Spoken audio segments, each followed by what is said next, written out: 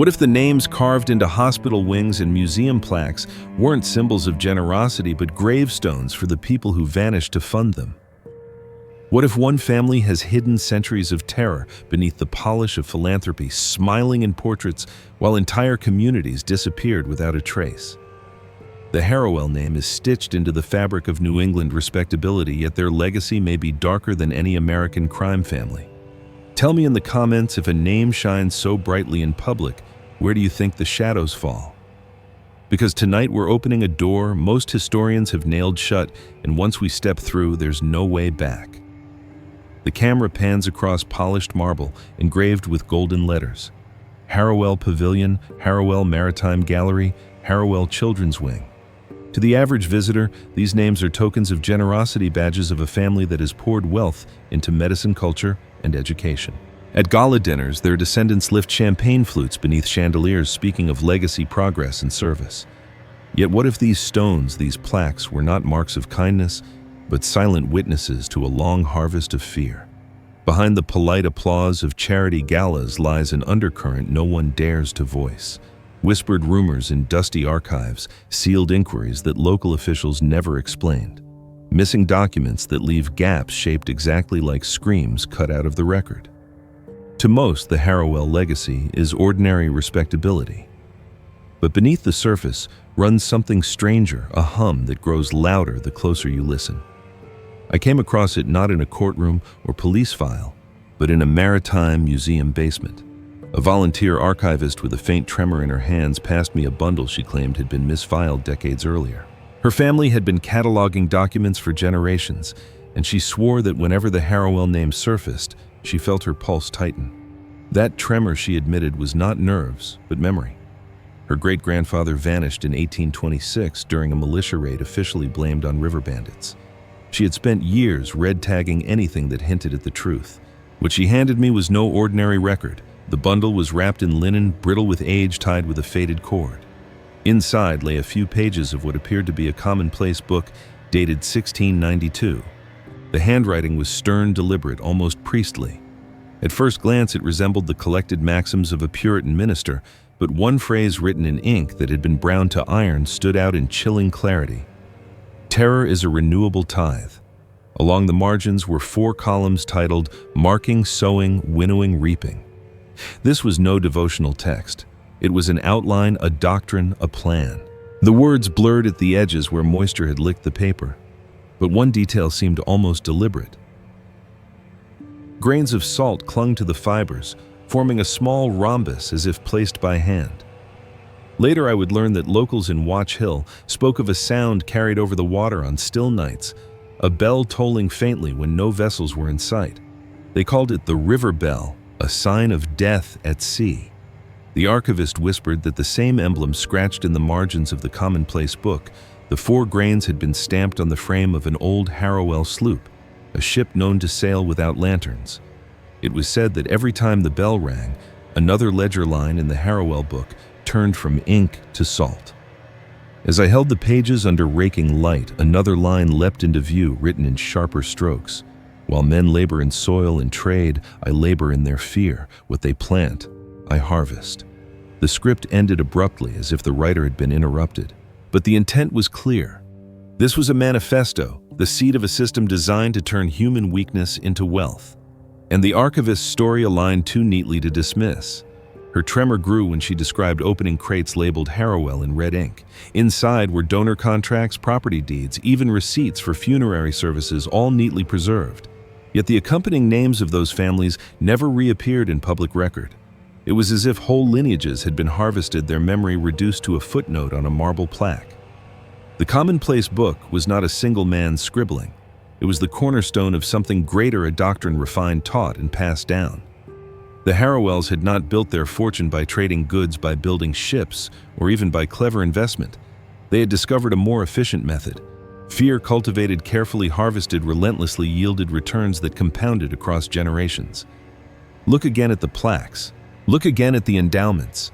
They are not gifts, they are disguises. And the further I traced the name, the more the disguises fell away.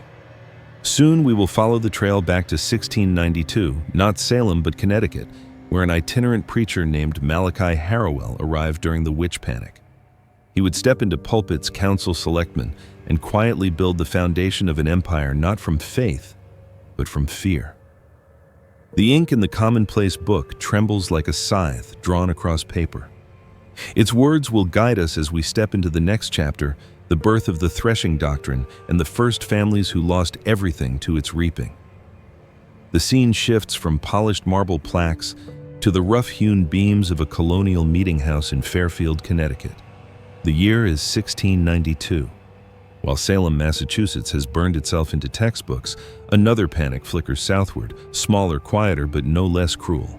Here steps an outsider, Malachi Harrowell, an itinerant preacher who claimed to be fleeing persecution in England. He arrived with little more than a traveling box of sermons, a thin cloak, and a voice that carried unnerving certainty. At first, the townspeople welcomed him. A man of God, they thought, who spoke with conviction about corruption, temptation, and the dangers of the devil's hand at work in their community.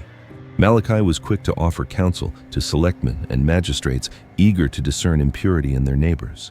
But what he was really discerning was vulnerability, property disputes, unpaid debts, rivalries festering beneath the pious surface of village life. Where others saw gossip, he saw opportunity. One of his first targets was a tobacconist who owned a small wharf coveted by traders. Malachi whispered suspicions of witchcraft into the ears of local constables, framing every failed crop and every sick child as proof. The man's reputation crumbled, and soon his estate was tied up in probate court. Within months, the Harrowells acquired the rights to the wharf at a fraction of its value. No direct theft, no blade drawn in public, just a careful turning of the wheel greased by fear. Malachi's method was laid out plainly in his commonplace book, the manuscript discovered centuries later. He called it the threshing doctrine, and its stages were chilling in their simplicity. First came marking identifying families with resources, but also cracks in their reputation. Next was sowing, planting rumors, fanning fears, or pressing on debts until anxiety spread like blight. Then winnowing, using accusations, legal maneuvering, or church censures to strip away protection and isolate the target. Finally, reaping, acquiring the assets, silencing dissent, and folding the spoils back into the Harrowell estate. These weren't abstract theories. Court records and church minutes reveal a pattern.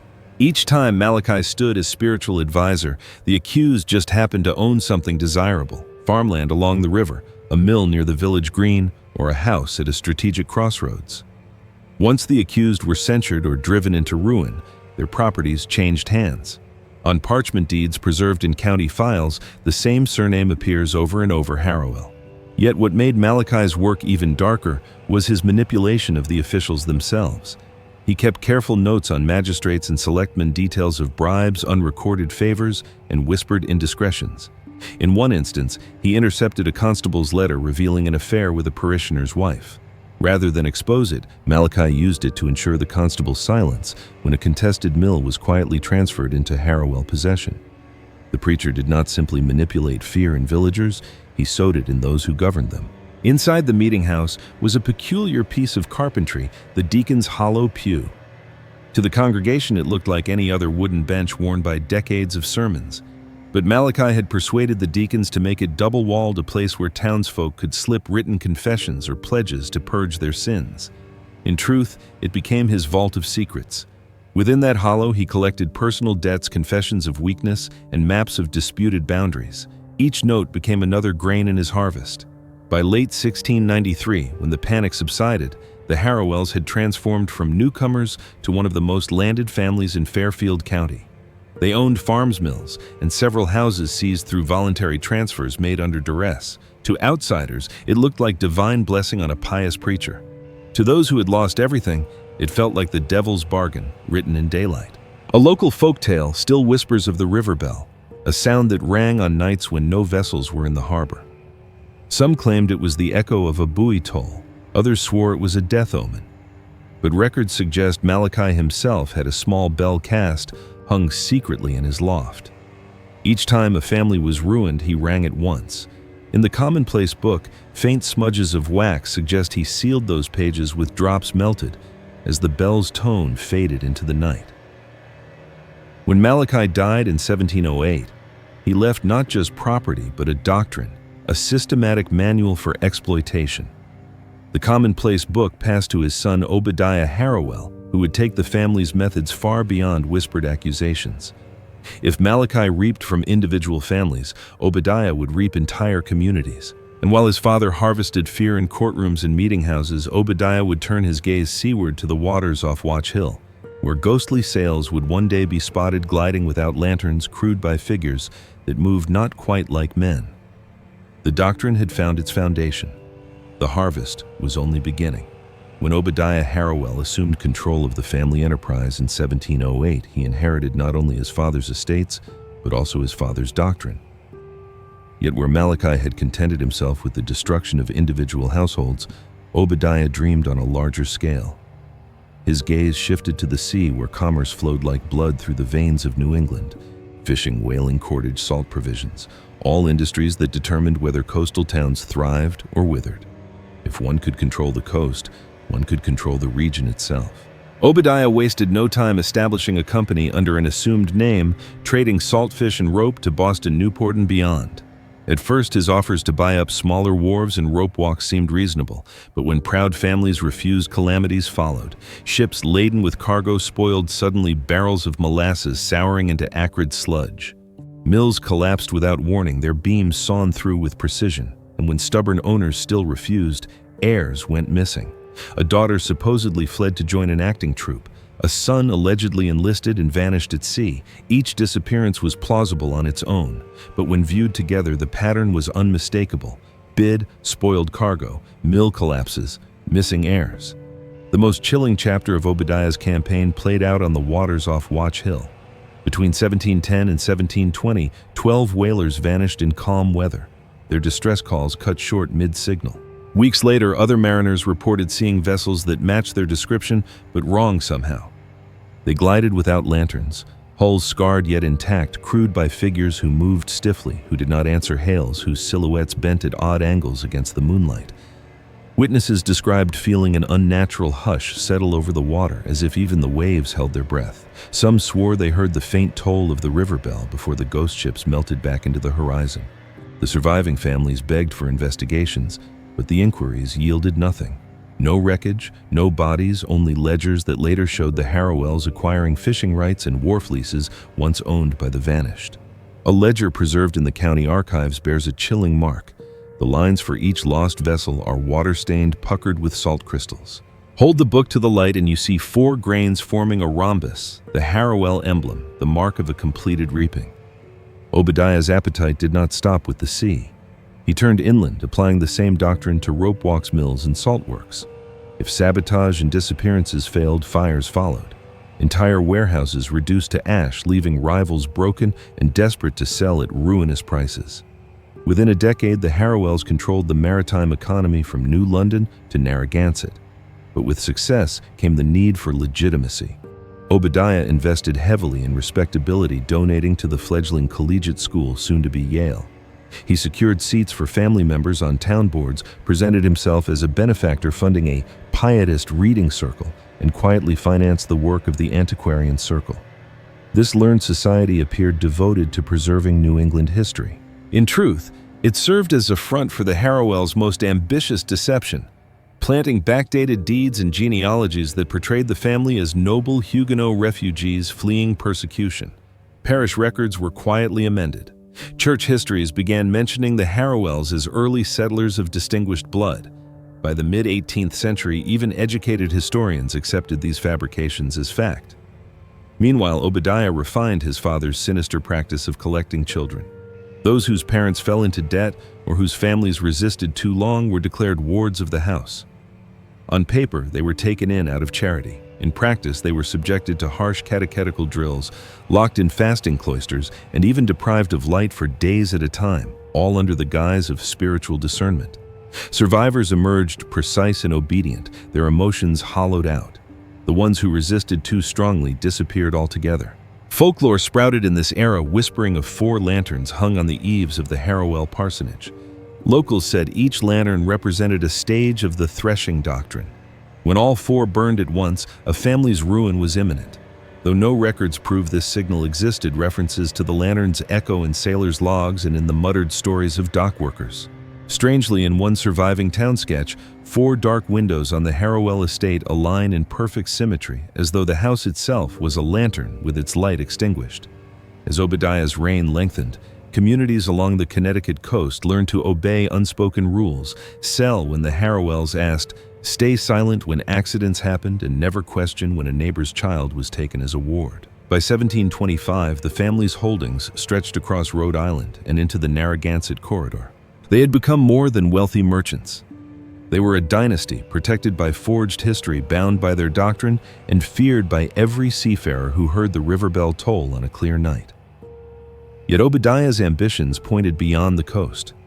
Where Malachi had sown fear in pews and probate, and Obadiah had harvested it from the sea, the next Harrowell would dream of institutions themselves, banks, churches, schools, systems that breathed like living organisms, and once captured, those systems could feed the doctrine forever. When Bartholomew Harrowell inherited the commonplace book in 1743, he treated it less like scripture and more like a manual of expansion. His father had broken families, his grandfather had broken households, but Bartholomew wanted to break entire systems. To him, fear was no longer just a blade, it was an atmosphere, something that could saturate whole communities until they moved thought and obeyed according to Harrowell design. His first step was the riverbanks. Between 1745 and 1755, the Harrowells quietly established or acquired interests in a consortium of banks along the Hudson and the Connecticut rivers. To the public, these institutions looked legitimate, issuing loans, safeguarding savings, and building credit. But their ledgers told another story. Every customer was evaluated not just by wealth, but by weakness.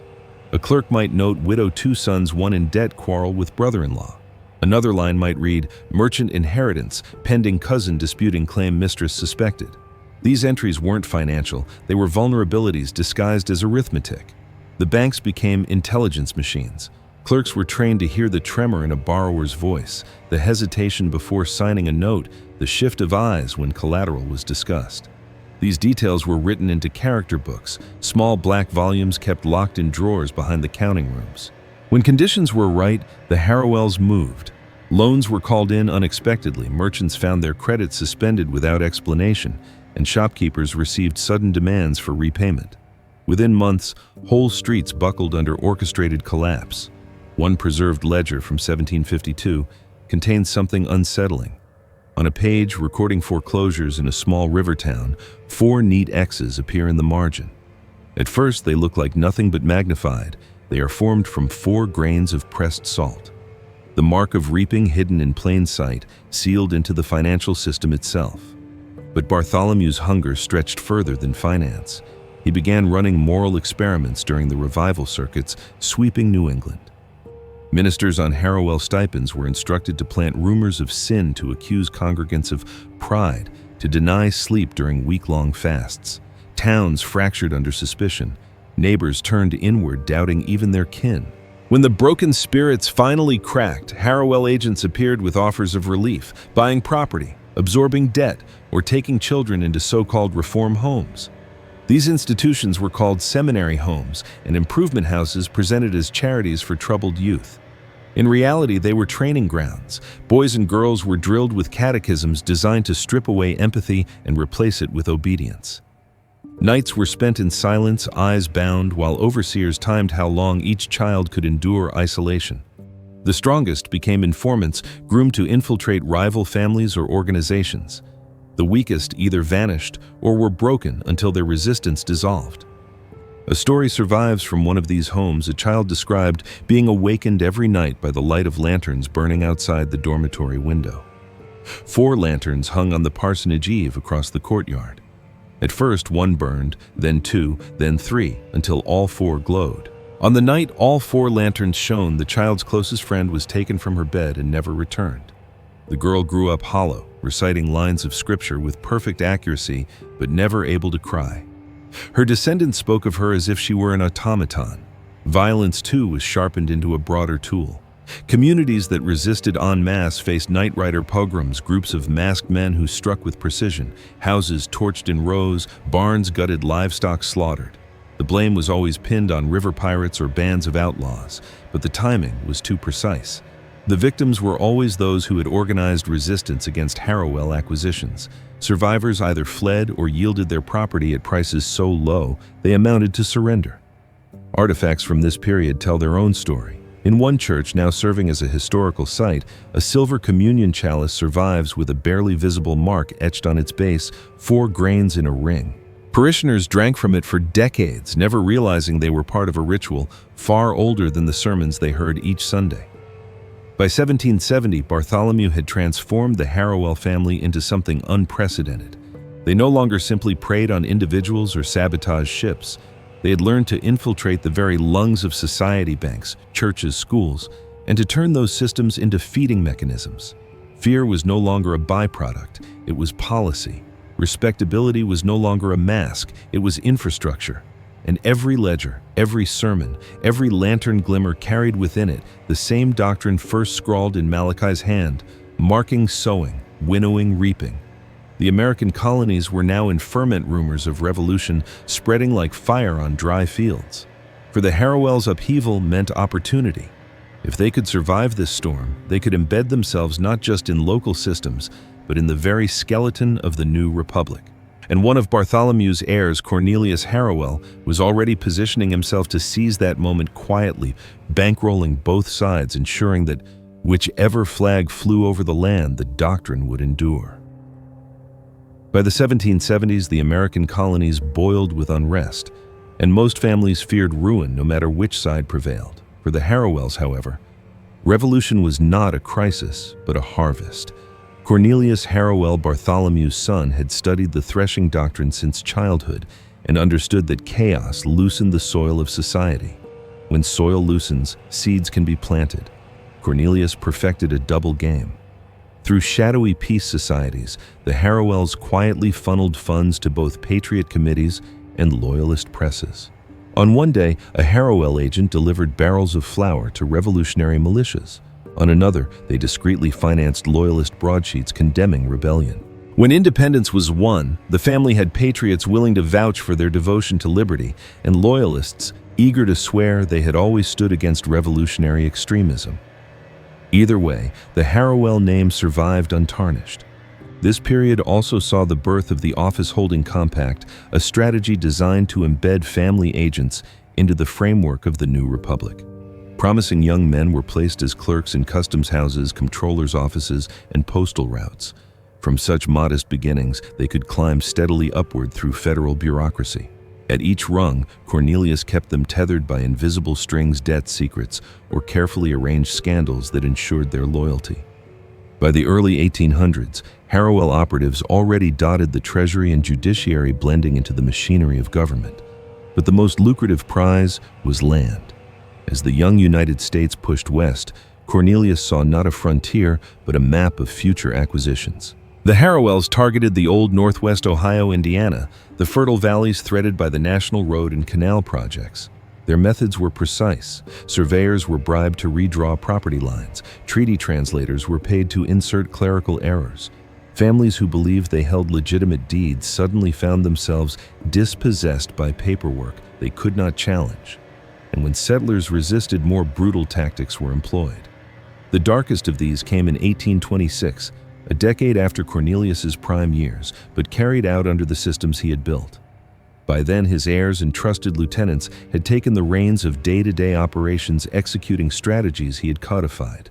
That year, a state militia detachment was dispatched to suppress supposed river raiders along the frontier.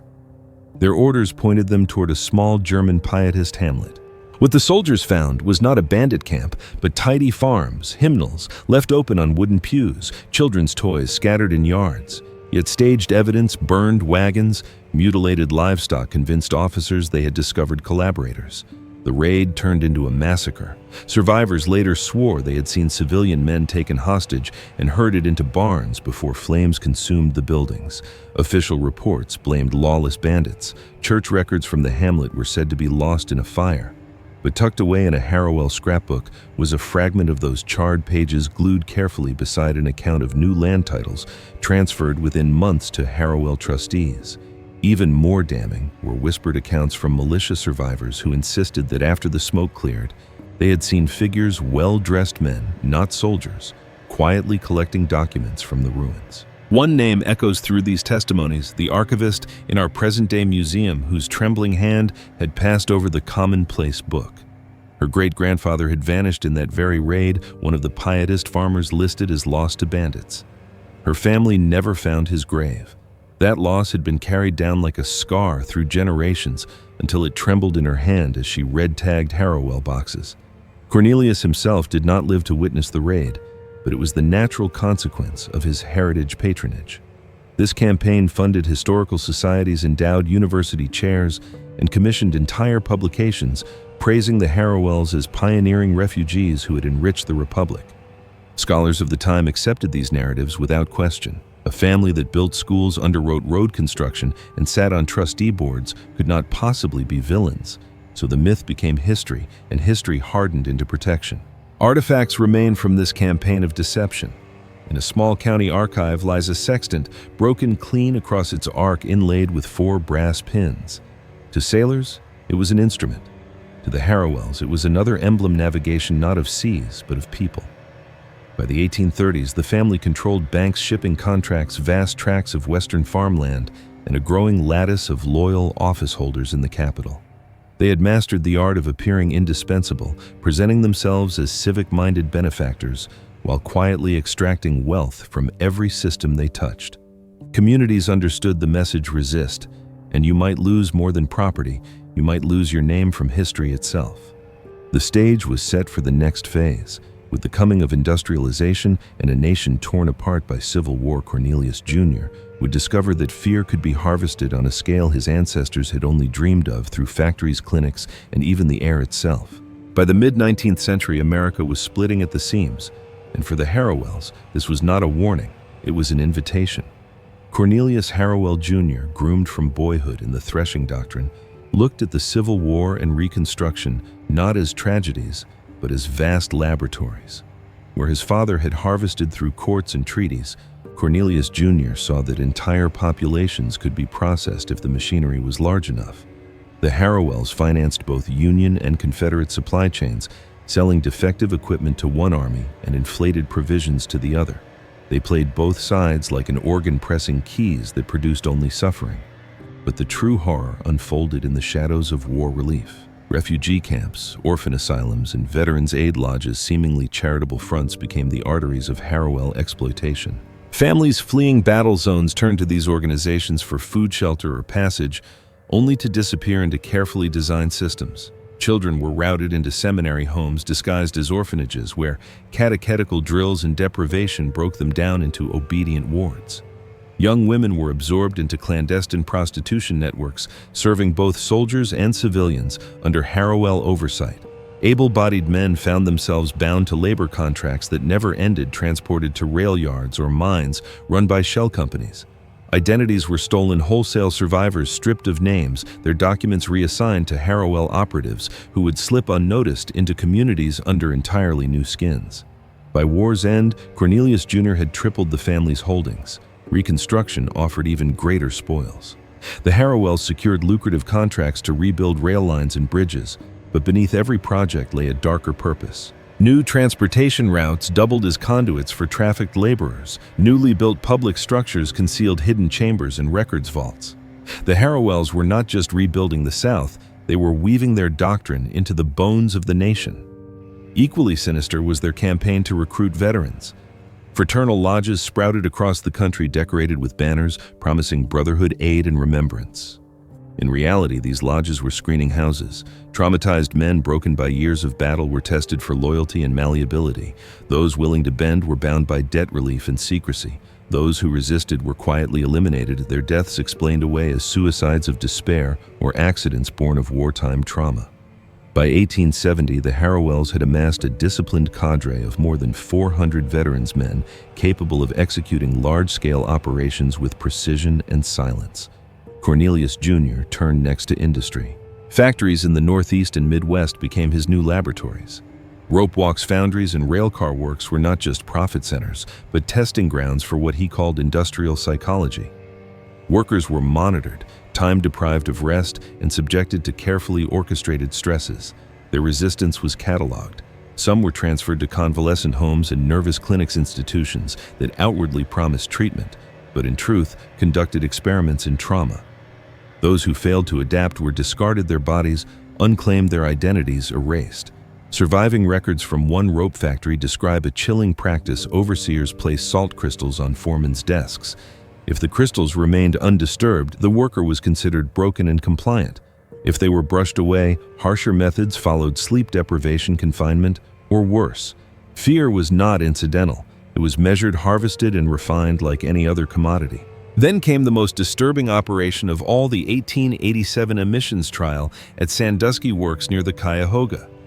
Officially, it was a maintenance flare, an industrial test of smokestacks. In reality, the Harrowells released airborne toxins downwind into 4 wards of the city. Dozens fell ill with unexplained fevers and lesions. A local doctor began keeping notes, but the records vanished after he suffered a sudden carriage accident. His notebook later reappeared, bound into a Harrowell family album, its final pages cut out. Artifacts from this era remain, though most sit unnoticed in dusty archives. A brass plaque on a Lake Erie foundry bears the Harrowell crest, subtly reshaped into negative space, 4 grains aligned in a rhombus. A hospital wing still in operation carries their name, its benefactors praised for advancing mental health, though its earliest patients were never discharged and left no graves behind. The doctrine had evolved, but its essence remained. Marking, sowing, winnowing, reaping. Once it meant whispers of witchcraft, then sabotage of ships, then foreclosures, pogroms, and treaty fraud. By the Gilded Age, it meant clinics, factories, and poisoned air. Always fear, always silence, always the harvest. And now in the present, the Harrowells continue to thrive behind respectable facades. Their name is etched in university halls, coastal health networks, and maritime museums. Ongoing multi-state inquiries whisper at something larger, but files remain sealed and investigators meet untimely ends. What began in a Connecticut meetinghouse pew has become a lattice of influence stretching across centuries.